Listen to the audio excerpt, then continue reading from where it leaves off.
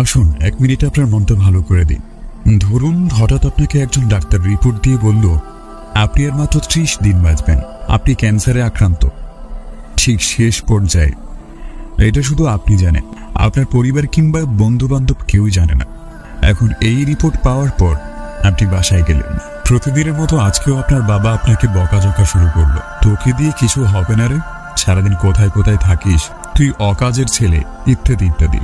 মধ্যবিত্ত বাবার যেমন কথা হয়, তখন কি প্রতিদিনের মতো আজও আপনি তর্ক শুরু করবেন, নাকি প্রাণ ভরে বাবার কথাগুলো শেষবারের মতো আরো একবার শুনে নেবেন? হঠাৎ আপনার আম্মু এসে আপনাকে বলল মেয়ে ভাত খেয়ে নেন, আপনার মনে হবে এই বুঝি আমার মায়ের হাতের শেষ খাওয়া, আমি তো আর বাঁচব না।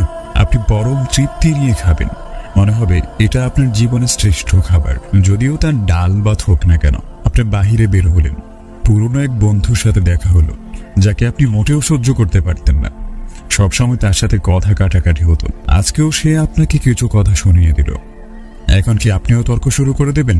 না না না, আপনি হয়তো তাকে জড়িয়ে ধরবেন এবং বলবেন দোস্ত ভালো থাকিস। আপনি আপনার এলাকাটা একটু ঘুরে দেখছেন আর ভাবছেন এই বুঝি শেষ দেখা আমার। প্রাণ ভরে দেখছেন আকাশ বাতাস। দেখি আপনাদের এলাকাতে তো 2-4টা কুকুরও আছে, যাদের প্রতি এর আগে আপনি কখনো ভ্রুক্ষেপও করেননি। আজ তাদেরকে মন ভরে দেখলেন। কুকুরগুলোকে আপনি দোকান থেকে কিছু কিনে খাওয়ালেন। এলাকার যেই মুরব্বীদের দেখলে আপনি দূরে সরে যেতেন, এখন তাদের দিকে এগিয়ে গিয়ে সালাম মুসাফা করে বললেন চাচা আমার শরীরটা ভালো নেই, আমার জন্য দোয়া করবেন, কখনো ভুল করে থাকলে ক্ষমা করে দেবেন। আপনার চক্ষু শীতল হয়ে আসছে। হঠাৎ আপনার মনে হলো নামাজ পড়া উচিত। আপনি দৌড়ে গেলেন মসজিদে, রবের সান্নিধ্যে। আজ আর কোনো দুনিয়াবি চাওয়া না, আজকের চাওয়া শুধুমাত্র ক্ষমা। আপনি মন ভরে ক্ষমা ভিক্ষা চাইলেন, অঝোর ধারায় আল্লাহর দরবারে কান্নাকাটি করলেন। মরার আগে খাঁটি দিলে তওবা করে পরিতৃপ্ত হলেন। আপনি যা দেখছেন তাই ভালো লাগছে, সবকিছুই অসাধারণ। আহা, শিশির ভেজা সাত সকাল কতই না সুন্দর, দুপুর কত সুন্দর, বিকেল কত মনাবিল, রাত কত মনোমুগ্ধকর, বাতাস সুন্দর, জ্যোৎস্না সুন্দর, মানুষগুলো কত সুন্দর, কুকুরগুলো সুন্দর, সবকিছু সুন্দর, কিন্তু আমি থাকবো না। দেখেছেন, সবকিছু আপনার ভালো লাগছিল এতক্ষণ। এর কারণ কি আপনি জানেন?